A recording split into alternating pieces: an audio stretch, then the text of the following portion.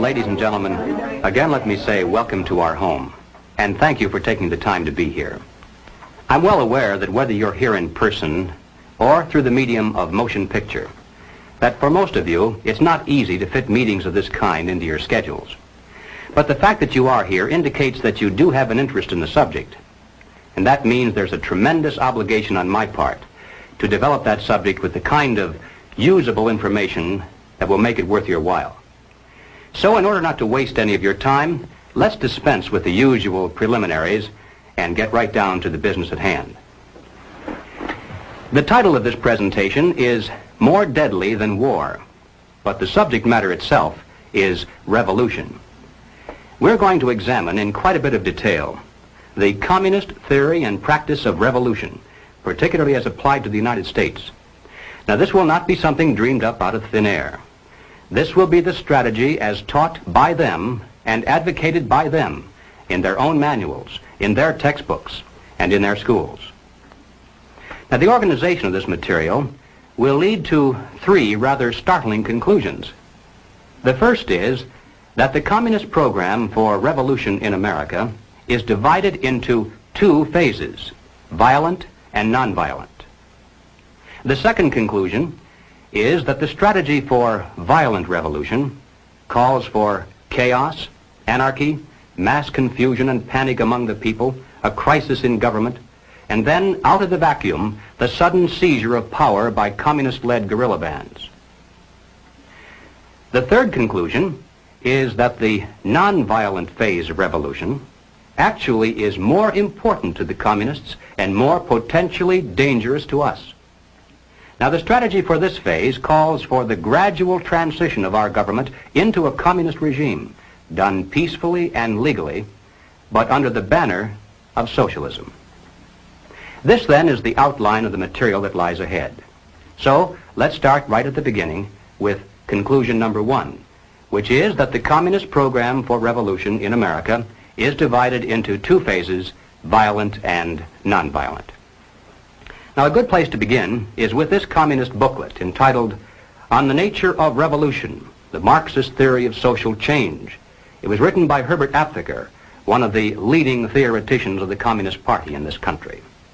And on page 11, Aptheker says, "The equating of violence with the nature and process of revolution is not correct. Violence may or may not appear in such a process, and its presence or absence is not a determining feature of the definition." Now, this comes as quite a surprise to many of us because for years we've been used to thinking of communist revolutions only as those which involve the overthrow of governments by force and violence. Now, that entire phrase has been written and spoken so often as a single concept that many of us haven't even considered the possibility that the communists might have another approach to their goal, that they might overthrow the government without force and violence, that they might in fact plan to come to power through means that properly could be called peace and politics. Now, in order to go any further, it'll be necessary for us to define a few terms. When the communists speak of the two kinds of revolution, they don't come right out and say so in plain English. Of course not. You see, they claim to be practicing something called scientific Marxism, and so they have to dress up these crude concepts in elaborate phraseology. For instance, when the communists speak of violent revolution, they describe it as a war of national liberation. Now, the so-called theory behind this is that the people of the country marked for takeover supposedly are an oppressed people.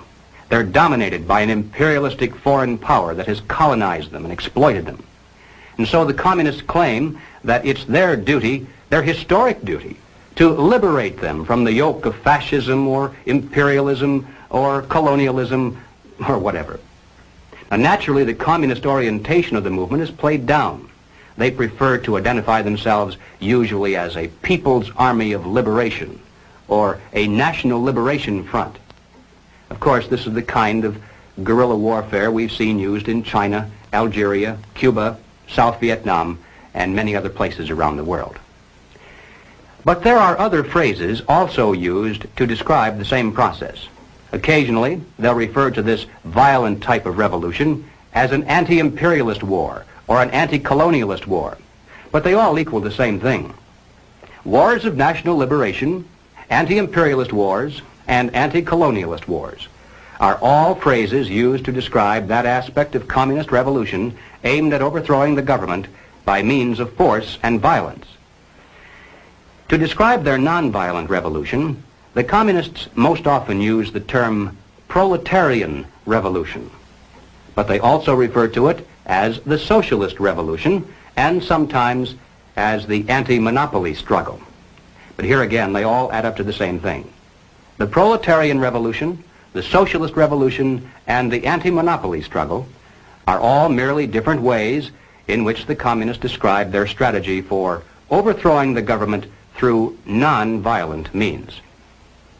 Well, all right, having defined some of the key phrases, we can return now to the communist literature and be able to understand what they mean when they use these words. Now, in 1960, the representatives from communist parties all over the world gathered in Moscow and issued a joint declaration which included this statement: "Our time, whose main content is the transition of capitalism to socialism, is a time of socialist revolutions and national liberation revolutions." In other words, simply stated, we're living in an era of two kinds of revolution, one violent and the other nonviolent. Now, here's a document published by the Communist Party in this country in 1968. It's entitled "The New Program of the Communist Party USA, Second Draft." And on this subject, here's what it says. "Contemporary revolutions bear two distinctive marks. They are socialist, they are anti-imperialist. More than 1 billion human beings are now embarked on socialist revolution. A larger number is in varying stages of revolution for national liberation." Well, in order to relate this general concept of two kinds of revolution to the specific application here in the United States, it'll be necessary for us to examine rather closely the communist position on what they describe as the Negro question. Now, basically summarized, the communist position on the Negro question is as follows. As early as 1928, the communists declared that the racial differences among our people constituted the weakest and most vulnerable point in our social fabric. By constantly probing and straining at this one spot, they calculated that eventually the cloth could be torn apart and that Americans could be divided, weakened, and perhaps even set against each other in open combat. They said in no unmistakable terms that the Negro people, because of their secondary social status and their predominant working class composition, offered greater revolutionary possibilities than any other cross-section of the population. To develop these possibilities, the communists proclaimed that the American Negro constituted a separate nation within a nation, a colony within the continental borders of the United States. The people of this nation were said to be oppressed and exploited by colonialist, imperialist, racist America. Consequently, the Communist Party called for their liberation, their right to self-determination, to break away from the United States and to set up their own nation within our borders. Now, to bring this about, of course, force and violence must be used. A war of national liberation must be fought. The territory designated for this nation to be liberated was the Black Belt in the South, those counties and states in which the Negro population was dominant. When established, the new nation was to have a Soviet-type government and be totally subservient to the Communist Party. But, and this is extremely important, the communists made it clear from the very beginning that they could never hope to capture all of the United States with a war of national liberation, only part of it. You see, elsewhere in the world, the segment of the population supposedly liberated by the communists has been a majority segment. The peasants in China, the Muslims in Algeria, all the people in Cuba. But in the United States, our Negro population is in the minority. And even if the communists should be successful in creating similar liberation movements among other segments of our people, as they're trying to do, for instance, among Mexican Americans, Puerto Ricans, and even American Indians, even if they should succeed and then amalgamate all of these together into one large liberation movement, it still adds up to a minority of the total population. And the communists are not stupid. They realize that revolution of force and violence dependent upon a minority is doomed to ultimate failure, except in those areas where they actually do constitute a majority. But they aren't going to settle for just part of the United States. They want all of it. And so they made it clear long ago that their violent war of national liberation must be secondary to the nonviolent proletarian revolution. To take the United States, all of the United States, it'll be necessary, they say, to involve white people as well as black, to create a broad coalition, a revolutionary link between the civil rights movement, organized labor, peace groups, student dissidents, and in general, to escalate the revolution in America from race war to class war. Now this, in a nutshell, is the communist position on the Negro question. Let's turn now to the record and see how the communists themselves explain it. Now, this communist booklet, entitled American Negro Problems, was published in 1928. It was written by John Pepper, alias Joseph Pogany. Now, Pogany was sent to this country as the personal envoy of Joseph Stalin, and his specific mission was to bring the American Communist Party into line with the policies and directives from Moscow, particularly with regard to the Negro question. And here is what Pogany said. The Communist Party of America, in its fight against imperialism, must recognize clearly the tremendous revolutionary possibilities of the liberation movement of the Negro people. It is the basic duty of the Communist Party to develop all revolutionary possibilities of the Negro race. The Black Belt in the South constitutes virtually a colony within the body of the United States of America. Self-determination means the right to establish their own state, to erect their own government if they choose to do so. The Communist Party of America must come out openly and unreservedly for the right of national self-determination for the Negroes. But it would be a major mistake to believe that there can be any other revolution in imperialist America than a proletarian revolution. Now let me repeat that last sentence, because it's the key to this entire presentation. It would be a major mistake to believe that there can be any other revolution in imperialist America than a proletarian revolution. Well, moving forward to the year 1935, we come to this communist booklet entitled The Negroes in a Soviet America, written by James Ford and James Allen. Beginning on page 24, the general strategy is laid out in rather graphic form. You see, there's a major heading here entitled The Negro and Revolution. Directly beneath this, there's a subheading entitled Two Revolutions in One. And then within this section, it says, the problem of Negro liberation has two aspects. We shall first consider each separately and then show how the solution for the first flows into the solution for the second. Now, the next subheading then is entitled The Rebellion of an Oppressed Nation. And the section that follows that describes the violent revolution that must be fought to liberate the Black Belt of the South. And then finally, over in the next page, there's another subheading entitled The Proletarian Revolution. And here we begin to get an idea finally of what this phase of the revolution is all about. It says, capitalism is decaying. It is an outworn system. Capitalism is based upon the private ownership of machines, factories, railroads, land, and all other means of production. Only one thing can do away with the basis for the existence of capitalism, the expropriation of the capitalists. And by the way, I'm sure you realize that everyone here, by communist definition at least, is a capitalist. So you should feel good to know that there are those who are planning your expropriation someday. In order to expropriate the capitalists, the workers first need to discard the existing government machinery and to institute a working class government. Under this new workers' government, the building of socialism begins.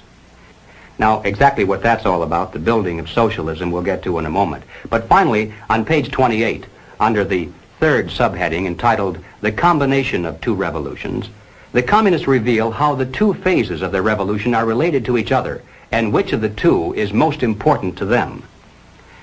Between the proletarian revolution and the revolution of the Negro people, there is a living link. This is the working class. Here reposes the leadership of the two aspects of the revolution. But the Negro communist is first and foremost the exponent of the proletarian revolution. Well, 1935 is a long time ago. And sometimes we hear it said that the communists have since abandoned this concept.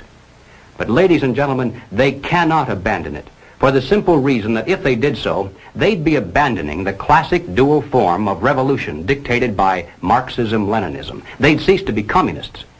To justify violence, they have to be able to claim that they're liberating people. And if people are to be liberated, then it's necessary to go through the motions, at least, of pretending that they have a right to form a nation of their own.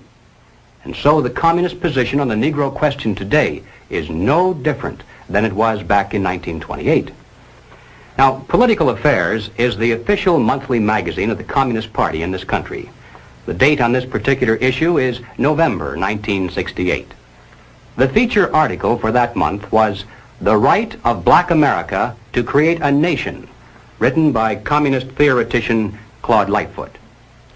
Now, Lightfoot points out that many years of migration of Negroes into the North and of Caucasians into the South have altered the population statistics to the point where the black belt is considerably smaller today than it was when the communist position on the Negro question was first drafted. Therefore, he says, the concept of a Negro nation must not necessarily be restricted to just one large territory in the South, but must be expanded now to include the so-called ghetto areas in the North. So having updated the basic strategy to reflect present realities, he then repeats the same old communist line.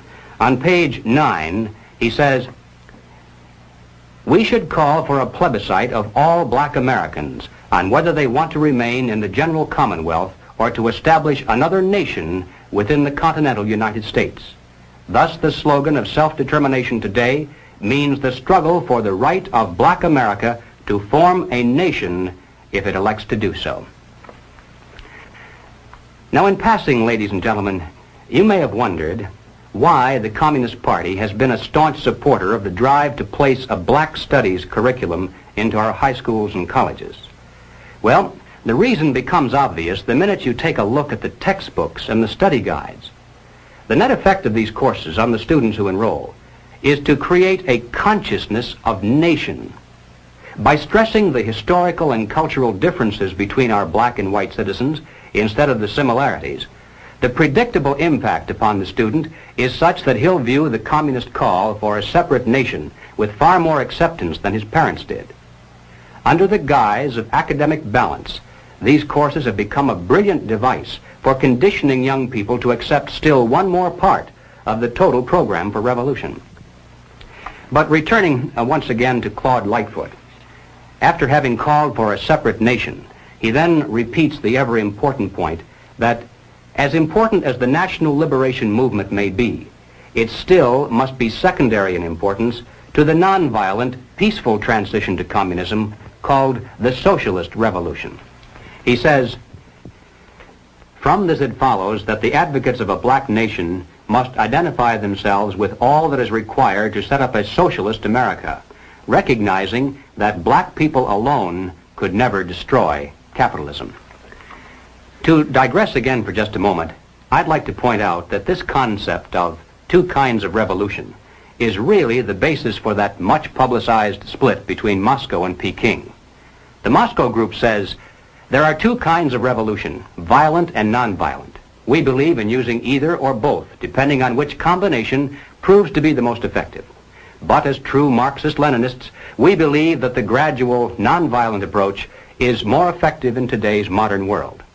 To which the Peking group shouts in reply, heresy, heresy.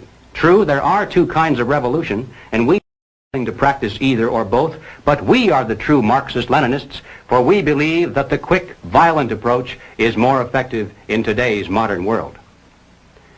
And there's the total difference between the two factions of world communism. Each claims to be more correct in its interpretation of classical communist strategy. But as far as the United States is concerned, you can be sure that it makes precious little difference. Both types of revolution are being used against us today. Both are enhanced by the presence of the other, and both lead to exactly the same destination. All right, let's move along now to the second conclusion. The strategy for violent revolution in America calls for chaos, anarchy, destruction, a crisis in government, mass confusion and panic among the people, and then out of the vacuum, the sudden seizure of power by communist-led guerrilla bands. Now, this is the kind of activity, the overthrow of government by force and violence, that most people think of when they speak about communist revolutions, so there's no need to belabor the point. But I'm going to take just a moment to show the extent to which the communists actually are planning to use this kind of revolution against the United States. Now, this is not so well known. Now, here is a book that I think ought to be in every home library. It's entitled Color, Communism, and Common Sense by Manning Johnson. Now, as you can see from his photograph, Manning Johnson was a Negro, and he was also a member of the Communist Party. He joined the party as a young man because he honestly believed that the communists were trying to improve the conditions of his people. He was a dedicated communist, and eventually he rose to one of the highest ranks. He was appointed to the National Negro Commission of the Communist Party, USA. But after many years, Manning Johnson finally came to the realization that the communists weren't the least bit interested in improving the conditions of the Negro people. He discovered that instead they were merely planning to use his people, and these are his words, to use them as cannon fodder in a bloody revolution to destroy America. And when he woke up to this, he dropped out of the party and devoted the rest of his life trying to alert his fellow citizens of all races to the true nature of the Communist Party as he knew it to be from the inside. And this book contains much of that story. I wish I had the time to examine the entire volume with you page by page, but here at least is one short quotation that pertains to the immediate topic. Manning Johnson said, "Black rebellion was what Moscow wanted. Bloody racial conflict would split America. During the confusion, demoralization and panic would set in. Then finally the Reds say," now at this point he quotes verbatim from a communist directive that he studied while inside the party. "Workers stop work. Many of them seize arms by attacking arsenals. Street fights become frequent. Under the leadership of the Communist Party, the workers organize revolutionary committees to be in command of the uprising. Armed workers seize the principal government offices, invade the residences of the president and his cabinet members, arrest them, declare the old regime abolished, establish their own power." Now, here is a piece of vicious communist propaganda that perhaps some of you have seen. It's called The Crusader. It's published periodically in Red China and is widely circulated through the Negro communities here in America. It's written by Robert F. Williams, one of the organizers of the Revolutionary Action Movement, better known as RAM. Williams also was the president of the local chapter of the NAACP in Monroe, North Carolina. At that time, needless to say, he wasn't telling very many people that he was also a member of the Communist Party. Now, one day back in 1961, he decided to start a small war of national liberation of his own. Apparently, he was too impatient to wait for the big signal. So finally, to avoid prosecution for assault with a deadly weapon and for kidnapping, he fled to Cuba and then to Red China, where he now writes communist propaganda. One other thing you should know about Robert Williams is that recently he was elected by members of SNCC, CORE, RAM, the NAACP, and similar groups as the president in exile of something called the Republic of New Africa. Following the communist line in every detail, these men claim that they're the representatives of a new government and a new nation within the continental borders of the United States. They issued a demand to the State Department that a large segment of land be turned over to them as their rightful territory. The proclamation said that they're now prepared to negotiate in good faith the peaceful transfer to them of the southern portion of the United States. The implication being, of course, that if they don't get it peacefully, then they'll just have to take it by force and violence. Already, the Republic of New Africa has established a central headquarters in Mississippi, and its leaders in the north are actively recruiting a Black Panther guerrilla force and what they call a Revolutionary Freedom Corps, the RFC, from among black militant students to act as organizers and to set up local provisional governments, as they call them, in the so-called ghetto areas. But the reason I've mentioned all this is merely to introduce properly one Robert F. Williams, the president in exile of this Republic of New Africa and the author of The Crusader. Now here is what Robert Williams says. The lifeblood of U.S. capitalism is its productive capacity and its extensive commerce. If these two factors were to become paralyzed and rendered sterile, the orderly function of the government establishment would degenerate into a state of chaos, and the superstructure of the system would collapse. The more automated a society is, the more vulnerable it is to forces of calamity. What would highly mechanized America be without electrical power? What would it be without modern transportation? What would it be without its industrial capacity? And then, having asked these questions, Robert Williams proceeds to explain in minute detail exactly how to manufacture the devices that can be used by a mere handful of people to ensure that highly automated America will lose its electrical power, its modern transportation, and its industrial capacity.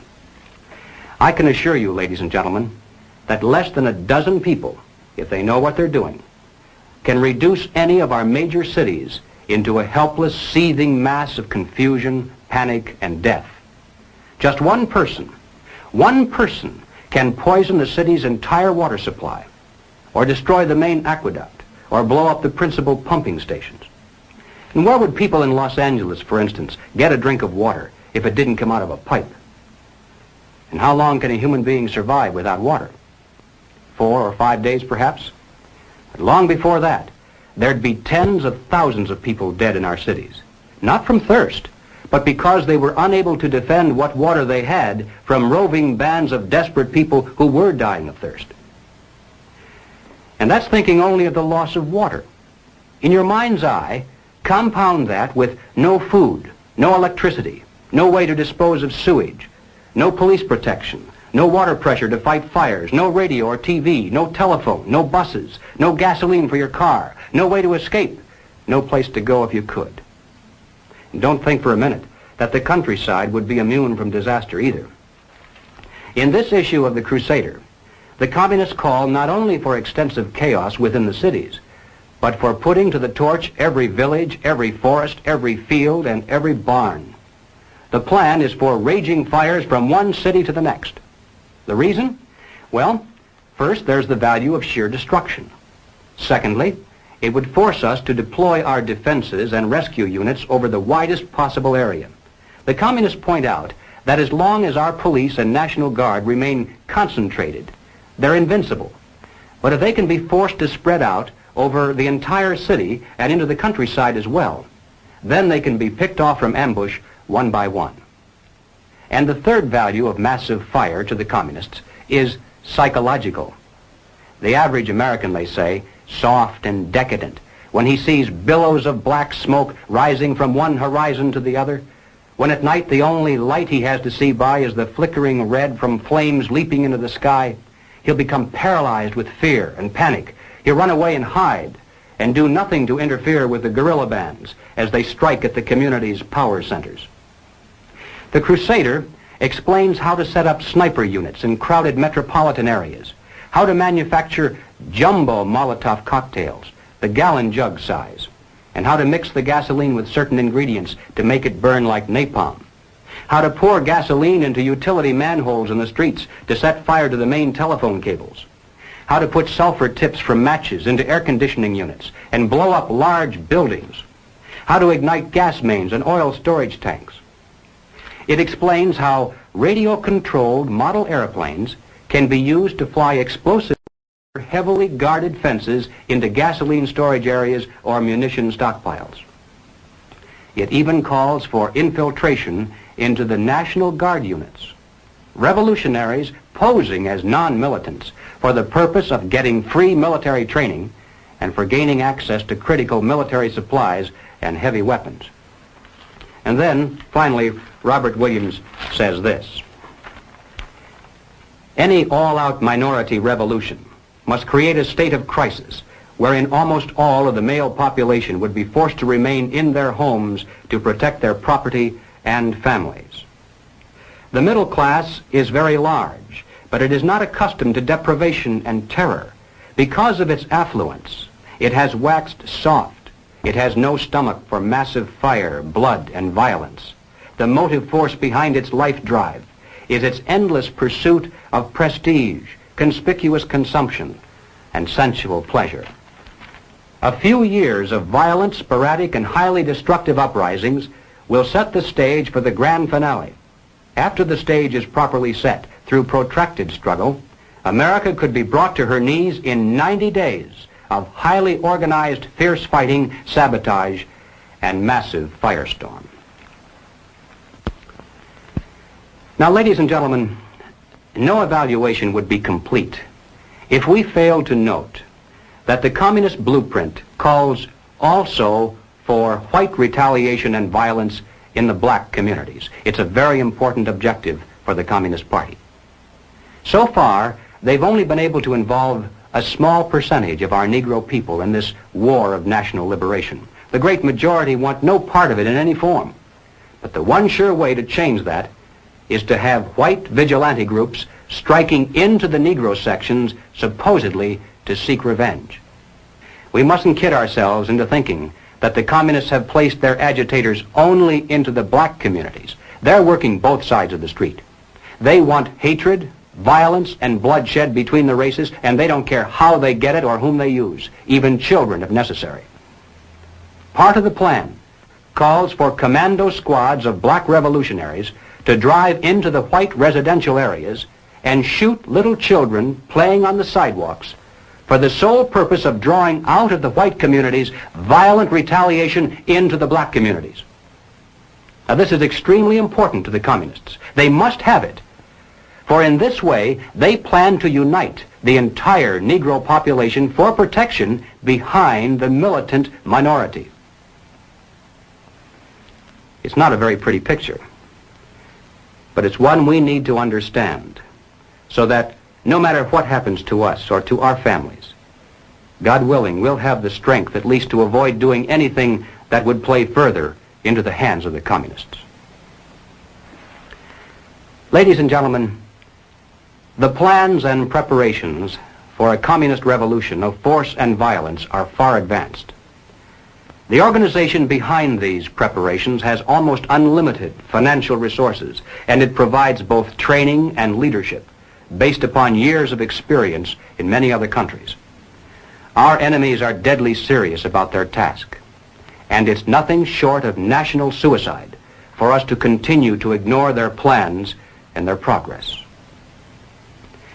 Well, all right, having said this, now I'm going to qualify it somewhat by turning to conclusion number 3.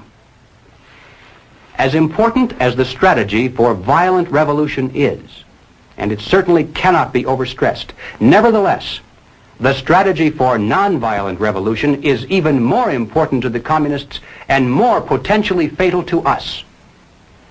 So let's turn next to that part of the total picture. Ladies and gentlemen, as pointed out previously, the communists can never hope to come to power over the entire United States through a so-called war of national liberation of a minority population. They can capture a large portion of it, and they can create an awful lot of chaos and destruction everywhere else. But to take the country as a whole will require an entirely different approach. The violent revolution becomes of primary value to the communists to the extent to which it can be used to condition the masses psychologically to accept the nonviolent revolution, which is offered supposedly as the only alternative. Hoping to avoid further violence and bloodshed, The public is to be pressured into accepting measures that will move the country gradually and legally toward communism, but without calling it that. The strategy of the proletarian revolution calls for the quiet conversion of our government into a communist regime, but under the banner of socialism. Well, what is socialism? All right, let's define it. According to the dictionary, socialism is a political concept based upon the principle of government ownership and control of property, the means of production, and the avenues of commerce. But the important thing, as far as this presentation is concerned, is how do the communists define it? And this is where many people are surprised to learn that the communists have an entirely different meaning for the word socialism than the average American has. Did you know that there isn't a single communist country in existence anywhere on earth? That's right, not one. Russia isn't a communist country. Red China isn't. Cuba certainly isn't. These are socialist lands. That's how communist leaders always describe them. You see, according to the teachings of Karl Marx, communism will come to this world only in some future utopian era, when men will have learned to live together in perfect harmony, when they'll no longer be greedy or competitive, when they'll want to share equally with their fellow human beings and have nothing better than anyone else. When this comes to pass, there'll no longer be any need for police or for government of any kind. And then, he said, the state will wither away. When that happens, said Marx, it will be communism. In the meantime, comrades, whenever we come to power, we shall call it socialism.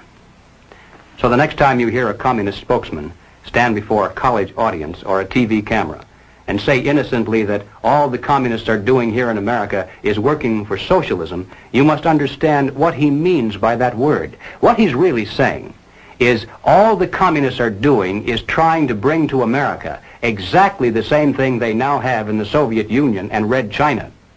Now, they can call that socialism if they want to, but most Americans, I think, would describe that over there as communism. The new program of the Communist Party on this subject has this to say. The term socialism describes but the first stage of a new society that in its full development is called communism. Socialism is a transitional stage. Well, the important question, though, is why do the communists promote socialism? Is it merely because they honestly believe that it's a necessary transitional stage to some higher, more perfect form of society? I don't think so. I doubt very much if the communist leaders believe their own fairy tale. And I'm sure they're not so naive as to believe that their present super state is ever really going to wither away. But they promote socialism just the same because they know that socialism, by definition, means control over people. If the government owns and controls all property, all means of production, and all avenues of commerce, then it controls all people. If we're dependent upon the government for our food, our clothing, our shelter, our jobs, our medical care, then we're far more effectively controlled by those who hold political power than if they stood over us with soldiers and weapons. Some years ago, I happened to attend a meeting where several anti-communist refugees from behind the Iron Curtain were called upon to relate their personal experiences. Some of the questions that came from the audience were rather naive, I suppose, because finally one of the refugees spoke up and he said, "You know, you Americans have funny ideas about life under communism. Apparently you think there's a communist soldier standing on every street corner with a rifle and bayonet to keep the people in line. But this isn't so." He said, "Oh, sure, in the beginning there were plenty of soldiers and executions and deportations to slave labor camps, but we don't see much of that anymore. The open violence lasted only for about a year or a year and a half, and then the anti-communist leadership was liquidated. And now, to the casual observers, there's a great deal of apparent calm and freedom." For instance, he said, "I lived in the largest city in the country. We had a large park there directly across the street from a beautiful church." He said they left one church open, one in the entire country, primarily for guided tours of visiting Americans who had come to see if religion was being persecuted. He said, "Theorist, anytime I wanted to, I could have gone into that park, stood on a bench, and spoken out against communism. Then I could have walked across the street into that church and knelt down in prayer, and I wouldn't have been arrested or bothered in any way. But you can be sure I did not do these things, because if I had, the very next day, the wheels of the bureaucracy would have begun to turn, and I would have been informed that my quota of food stamps had been cut, that my allotment for clothing and shoes had been reduced, that my allocation for living quarters had been downgraded, and finally, that my job assignment had been changed from the kind of work for which I'd been trained to menial labor at lower pay. So none of us did any of those things that we were theoretically entitled to do because of the tremendous power that the Communist Party had over our economic existence." And then he said something that I'll never forget. He hesitated for a moment, and weighing his words very carefully so as not to hurt our feelings, he said, "You know, I came to America expecting to find a nation of free men. But instead, I find exactly the same thing. Everywhere I look, I see men and women who know that communists are making headway in this country. They know that something must be done and that someone must stand up to them. But they themselves do nothing. They remain silent because they're afraid that if they speak out or take a stand publicly, it'll be bad for business. They may lose a client. They may even lose their jobs. Or perhaps they're receiving a regular government check and already are too dependent upon some of the very people and programs they know they should oppose." And then he said, "These men voluntarily have gone behind the Iron Curtain. They're already taken over by the communists. The only difference is that for the present at least, they can still get out any time they really want to, and we could not." I think there's a great lesson to be learned from that because it's true, isn't it? There are many men who are physically brave beyond any question when it comes to standing up against a tyranny that threatens with armies. Some of them carry the actual scars of battle to prove it. But when it comes to this new kind of war, they're lost to the fight. When there is no battlefield, when the weapons are not rifles or bombs but economic pressures, then who is your enemy? How do you fight? Where do you begin?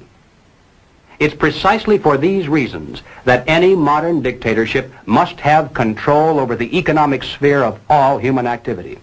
This was true of Nazism, it was true of fascism, it's true of communism, and it's also true of socialism. Regardless of what name we give it, total government control is by definition totalitarianism. That's what the word means. Now, Leon Trotsky, as you recall, was one of the original Bolsheviks who led the communist revolution in Russia. In 1937, Trotsky wrote a book entitled "The Revolution Betrayed." And in this book, here's what he said. "The basis of bureaucratic rule is the poverty of society in objects of consumption. When there is enough goods in a store, the purchasers can come whenever they want to. When there is little goods, the purchasers are compelled to stand in line. When the lines are very long, it's necessary to appoint a policeman to keep order. Such is the starting point of the power of the Soviet bureaucracy. It knows who is to get something and who has to wait." And ladies and gentlemen, there's no better description than that of why the communists work to promote socialism. No matter whose definition you use, under socialism, those who run the government, and the communists are confident that in America they eventually will be the ones who do so, those who run the government will know who is to get something and who has to wait, and that represents control over human beings. What has all this to do with the communist revolution in America? Well, ladies and gentlemen, it has everything to do with it because the building of socialism is the communist revolution in America. It represents the process whereby our country can be moved gradually toward communism without the people even being aware of it. No matter what grievance we may have, real or imagined, no matter what national problems we may face, the communists seize upon these as excuses to build socialism. They have one and only one solution for all problems: more government, and then more and more until it's total government. And forgive me for saying it one more time, total government is communism. Again, let's turn to the record. Shortly after the Watts riot in 1965, the Communist Party brought out this pamphlet entitled The Watts Upsurge, a Communist Appraisal. And here is what it said. The challenge of the Watts explosion can be met only by a truly massive program, a vast increase in the investments in the War Against Poverty program. What is called for is not only a total economic opportunity program for wiping out unemployment and for proper job training, but a program for the total reconstruction of the area. Now, the People's World, the official West Coast newspaper of the Communist Party, in its August 28, 1965 issue, ran this rather interesting editorial. What is needed now is an effort that begins to approximate the magnitude of the problem. As a minimum, such a program should demand massive emergency action by the federal government. Well then, 6 months later, after this particular article, the Communist Party came out with this. It's called The New Program of the Communist Party, but this was the first draft, published in 1966. And here's what it said. We favor full use of federal powers to achieve these objectives. Now, as I read this, listen carefully to see if it doesn't sound familiar, perhaps like something you've heard from more respectable sources. Government assumption of responsibility for assuring a guaranteed annual wage. Complete cradle-to-the-grave social insurance coverage, including all medical care. Equal educational opportunities for all, with acceptance of the principle of student stipends. A national reconstruction plan to end ghettos and slums and provide the nation with a modern rapid transit system operated as a public service. And passage of a National Youth Act that will ensure education, vocational training, and employment at decent wages for the younger generation. Does that sound familiar? Well, ladies and gentlemen, if it reminds you somewhat of the Great Society, it's because it is the Great Society, lock, stock, and barrel. Gus Hall, head of the Communist Party, explained it this way.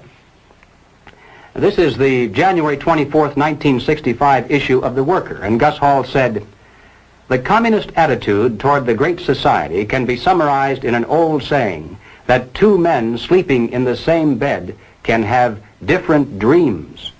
We communists support every measure of the Great Society concept because we dream of socialism."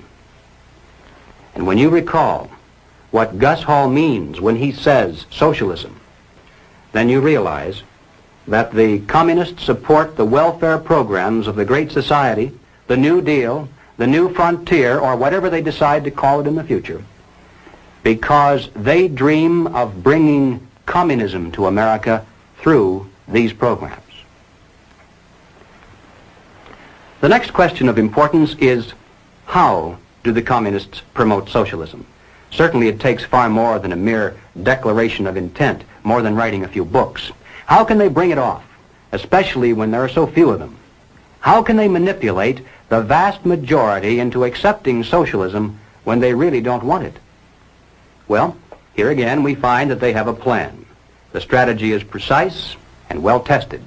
It's called revolutionary parliamentarianism. Now, the general strategy employed is a political pincers movement, and these are the terms the communists use to describe it. A pincers movement applying political pressure from above and from below.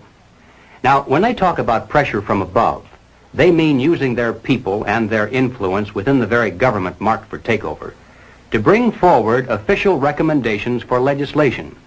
These come from the highest possible levels and carry the full prestige of the government. The recommendations, of course, are offered supposedly as solutions to national problems, but when passed into law, their only real effect is to vastly increase the power of government and to move the country that much closer toward the ultimate goal.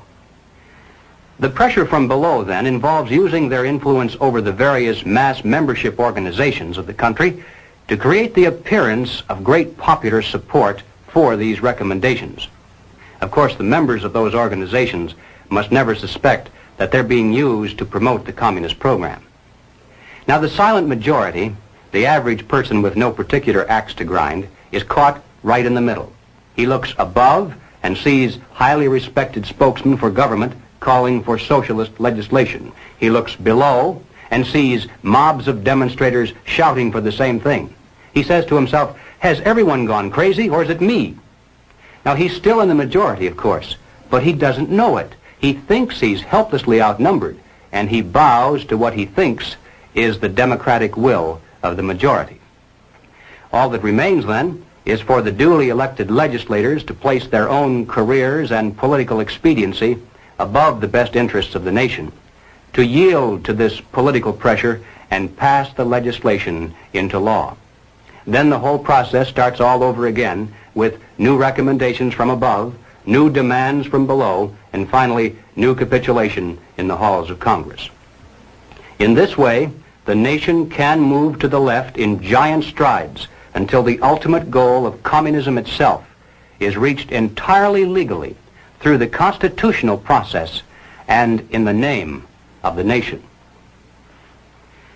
Now, this government pamphlet entitled "The New Role of National Legislative Bodies in the Communist Conspiracy" is a reprint of 2 chapters taken from a communist textbook used in Czechoslovakia.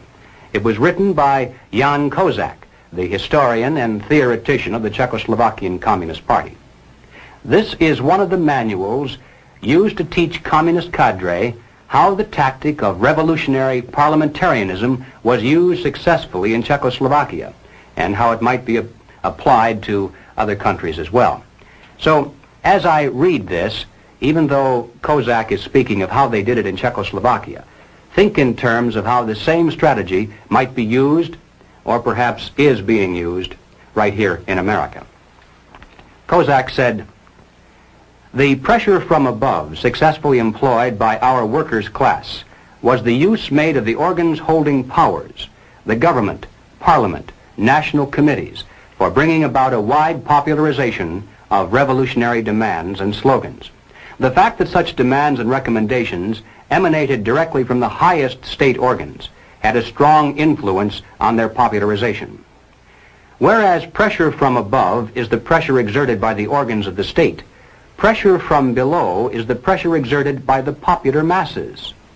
The united mass organizations, which were led and influenced to a large extent by the communists, represented in this way the direct reserves of the party.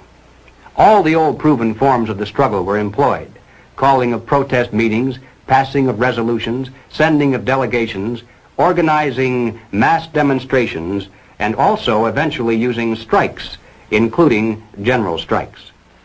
The pressure from below made it impossible for the other parties which had numerical superiority to isolate the communists and to stop the revolution. Thus it made up for the numerical weakness of the revolutionary representatives. Progress toward socialism may take under these circumstances a democratic and constitutional course. All the changes which in their entirety represent a revolutionary transformation of the capitalist society into a socialist one will proceed absolutely legally and in the name of the nation. Is it possible, do you suppose, that revolutionary parliamentarianism is being used against America today? Is there any evidence of this kind of pressure from above? Well, ladies and gentlemen, all you have to do to answer that question is read some of the official reports and recommendations that have been pouring out in a steady stream for years from the bureaus, special agencies, and commissions of the federal government. Consider, for example, just those reports issued by the various President's commissions, the President's Commission on Automation, the President's Commission on Crime, the President's Commission on Civil Rights, to name just a few. Now, this is perhaps the most classic recent example. It's the report of the President's National Advisory Commission on Civil Disorders, better known as the Kerner Report, released to the public in March of 1968. Have you read this? It's incredible. The list of recommendations supposedly to remove the causes of civil disorders in America reads almost identical to the new program of the Communist Party. And that's not much of an exaggeration either. It calls for the vast expansion of all welfare programs and agencies. It suggests absorbing all city, county, and state welfare programs into one gigantic federal welfare program. And why have state socialism when you can have national socialism? It calls for a government-guaranteed minimum wage. It calls for federal financing and control of every conceivable sphere of human activity: education, housing, transportation, even insurance policies. It calls for strict gun control laws and even recommends the creation of a national police force. Well, naturally, it doesn't call it that by name. It refers to it as the National Law Enforcement Center. But there's no doubt as to what its ultimate form will be, especially since it's to operate in conjunction with the Defense Department. But the most incredible thing about this report, I think, is not the list of recommendations. That's almost expected from groups of this kind nowadays. The real shocker lies in its findings, the discoveries it made. Here was a body of men, highly respected, with the prestige and financial resources of the federal government at their disposal. Their task was to uncover all of the causes of civil disorders in our land, and to do so impartially with favor or malice to no one, let the chips fall where they may. Now, would you suppose that the Communist Party played some tiny, microscopic role in the riots, the campus disorders, the assaults against police? Well, you're mistaken. Just because the leaders of these revolutionary movements carry the Viet Cong flag, pay homage to Che Guevara, travel frequently to Moscow and Peking, preach against capitalism, promote the building of socialism, follow the communist line without deviation, and move in perfect unison in every major city, that doesn't prove anything. According to the Kerner Report, the communists are playing absolutely no role at all in civil disorders. Look it up in the index. Here's a book with over 600 pages of fine print dealing with all of the causes of civil turmoil. And the words communism or communist aren't found even once. Not even to say that they looked into it and found it not to be an important factor, which is the expected cliche today. Apparently, the internal threat of communism is no longer even worth looking into. But what about the other half of the pincers? Is there any evidence of pressure from below? Well, consider the nature of such things as the mass action tactics of the Selma March of 1965, the various peace marches and civil rights marches held in almost every major city in the intervening years, the Poor People's Campaign and Resurrection City. What are these?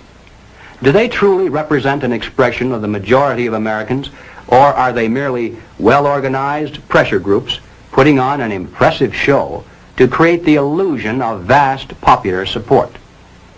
And what effect does this have on Congress? Every time there's a new show of strength, doesn't Congress buckle under the political pressure and pass into law the recommendations previously made by some commission or agency of the federal government?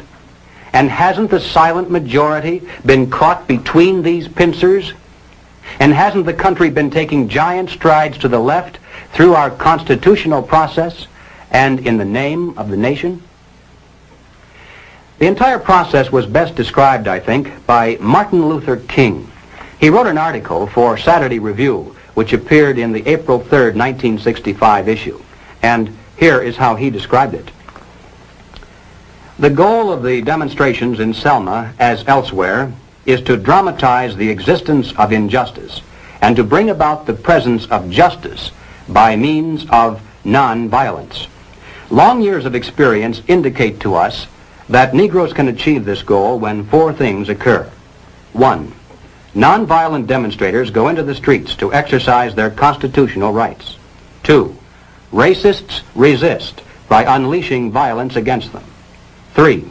Americans of conscience, in the name of decency, demand federal intervention and legislation. And 4. The administration, under mass pressure, initiates measures of immediate intervention and remedial legislation. And that, ladies and gentlemen, is a perfect description of how pressure from below is being used in America today to further the nonviolent proletarian revolution. You know, it always bothers me when I have to agree with the communists. It doesn't happen very often, but every once in a while I'll read something in the communist press that is 100% correct. It comes out in their favor even without their having to lie about it. And here's an example. In the People's World, the January 29, 1966 issue, the communists said, "The problem is that the power structure that runs both of the old political parties seems to have great difficulty in comprehending what is taking place in the Negro freedom movement. They don't know a revolution when they see one." And all I can say to that is amen. They sure don't. They call it everything under the sun except a revolution. And they're the same people, by and large, who still tell you it can't happen here. Ladies and gentlemen, not only can it happen here, not only is it happening here, but it has been happening here for years. The problem is that most of us haven't been able to recognize a revolution in all of its forms when we saw one. Well, all right, so what do we do about it? What are the countermeasures that need to be taken? And where do we begin? We begin by knowing what not to do, because if we do the wrong things, obviously that's worse than doing nothing at all. For example, as I'm sure everyone here is well aware, we must not be led into placing the blame for the riots, the civil disorders, on the Negro people of our nation. Even those few who are promoting hatred and violence in the black communities are not themselves the cause. They're merely being used by forces far bigger than they are to promote the violent phase of the revolution in America. Just as many white people are being used, I might add, by those same forces to promote the nonviolent phase. Secondly, and this too almost goes without saying, we mustn't resort to violence either as a means of furthering political or social goals. And we must do everything humanly possible to discourage others from doing so. Third, we must not be fooled into thinking that the causes of our civil turmoil are such things as poverty, poor housing, lack of education, and similar social or economic factors. As a matter of fact, most of today's self-styled revolutionaries, black and white, come from good homes, could earn better than average incomes if they wanted to work. And in fact, they're products of some of the finest institutions of higher learning. We shouldn't be indifferent to the social and economic conditions of those in need, and we should do all we can within the concepts of economic and political freedom to improve those conditions. But let's not kid ourselves into thinking that these are the causes of our national problems today. Fourth, we must not look to the expansion of government and government programs as the solution. As I hope I've made it clear by now, this is exactly what the communists want us to do, because it's the very process whereby they hope to come to power in this country through nonviolent means. These are the things we must not do. What then does that leave on the positive side? Well, first of all, and perhaps most obvious of all, we must support our local police. But that means a lot more than just putting a bumper sticker on the car. It means taking an active interest in civic affairs to ensure that the police aren't saddled with so-called civilian review boards. Nothing can be quite so damaging to police morale and efficiency as converting every arrest into a trial of the policeman instead of the criminal. To support your local police also means making sure they remain independent of control from Washington. And don't forget, whatever the federal government finances today, it shall control tomorrow. Next on the list, we must recapture the American faith in the free enterprise system. Capitalism has become almost a dirty word in some places, mainly because its defenders were busy enjoying the fruits of capitalism, while its enemies were busy writing books and giving lectures. Consequently, capitalism has retreated steadily before the onslaught of socialism, and now is struggling for its very existence.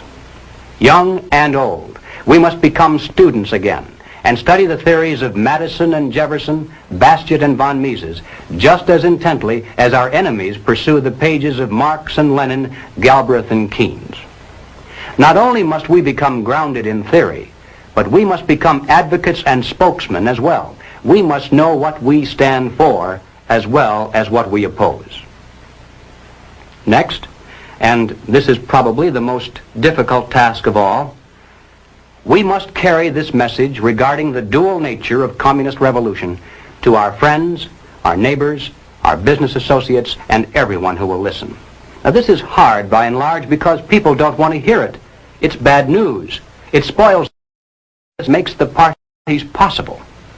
And that means accepting our personal responsibility to do everything we humanly can do to carry the truth about civil turmoil to every man, woman, and child in America. Now, ladies and gentlemen, none of these proposals will produce results, and nothing else you may suggest will do so either, unless and until we get right down to the heart of the problem, the life force of the revolution itself.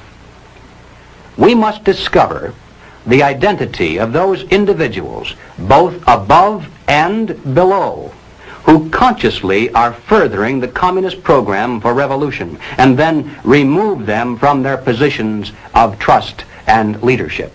Anything less than that will be totally futile, because we'll merely be running around trying to put out 1 or 2 fires over here, while they're busy setting 10 new ones over there. Now, of course, the minute you begin to think along these lines, you'll become the target of a whole barrage of attacks. You'll be called a witch hunter, a McCarthyite, a right-wing extremist, and other delicate phrases that are well designed to intimidate the average person into silence. If that doesn't work, then you'll be called a fascist, or at least a dictator, because supposedly you want to deny basic constitutional freedoms to a small group of Americans just because they happen to hold political views that are different from yours. How many times have you heard that? And you know, at first it sounds almost convincing. But the argument is a trap. And the bait inside that trap is the hidden assertion that the Communist Party is merely a political party. Now, if it were a political party and that's all, then of course we would have to grant them all the same constitutional rights and immunities as other loyal American citizens. But if the Communist Party is not a political party, if it is in fact a supranational organization dedicated to world conquest, if in addition to political means it also uses military means, economic means, propaganda means, bribery, blackmail, treason, murder, and any other means that suit its purposes, then its members are not political by nature, are not loyal to the United States, and have no legal or moral claim to constitutional liberties. There's no such thing as absolute freedom. For every liberty, an equal and opposite restraint is required. For example, in order for us to enjoy freedom of speech, it's necessary to deny others the freedom to come in here and break up this meeting. The logic of liberty is that it must stop short of the liberty to destroy itself. And if we're to preserve the freedoms we cherish in this land, then we mustn't be tricked by clever propagandists into giving the Communist Party the freedom it seeks to destroy freedom for us all.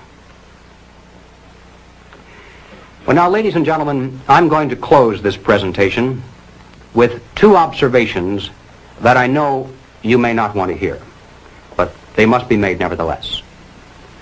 The first is that this struggle in which we're now engaged, in a very real sense, is more deadly than war. call it what you will, Cold War, revolution, struggle, whatever. The present stakes are higher than in any other war we've ever known. After all, why do we dread war? Well, there are three reasons: death, destruction, and human suffering. But ladies and gentlemen, if communism should ever come to America, we'll face more death, destruction, and human suffering than any people in history has ever faced at the hands of their invading conquerors. And it would make no difference whether the road to communism were traveled violently or non-violently. The so-called expropriation of the capitalists that would lie at the end of that road would constitute one of the greatest bloodbaths of history. Now, the second observation is related to the first. It is simply that we have now passed the point of painless solutions and parlor patriotism. There was a time, and not too long ago, I think, when we could have pulled ourselves out of this without too great a sacrifice on the part of anyone.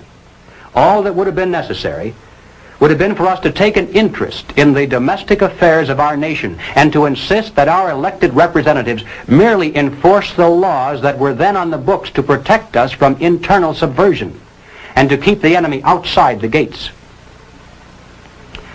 But we didn't. Instead, we slept.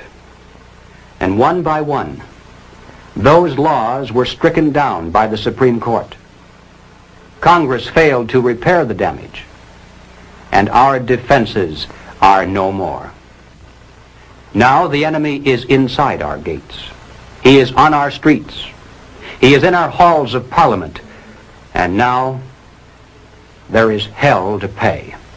Our enemy is not going to leave quietly just because we suddenly discover him and ask him to go. Hardly.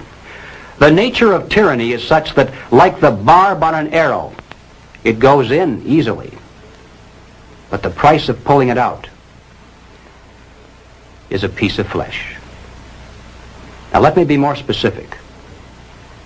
Before we finally win this battle, and I should hasten to say that there's no doubt in my mind that we're going to win. I'm increasingly convinced of this. But before we finally do see victory, it's now inevitable that some of us, even in this room, will lose our lives in the communist revolution that already is raging around us. I can't tell you who it's going to be, of course. But I can tell you that it'll make no practical difference whether we're resisting at the time or whether we're merely trying to hide. Most of the casualties will occur because people just happen to be in the wrong place at the wrong time. Now, I mention this not to suggest that we all grab our guns and groceries and head to the hills. In many ways, this too would be playing right into the hands of the communists. No, I mention it for only one reason, and that is to stress the seriousness of the challenge that now confronts this nation. It's literally a question of life and death for all of us.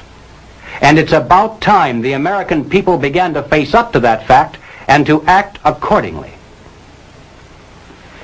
I have no idea of what each of you is going to do in the critical days that lie ahead.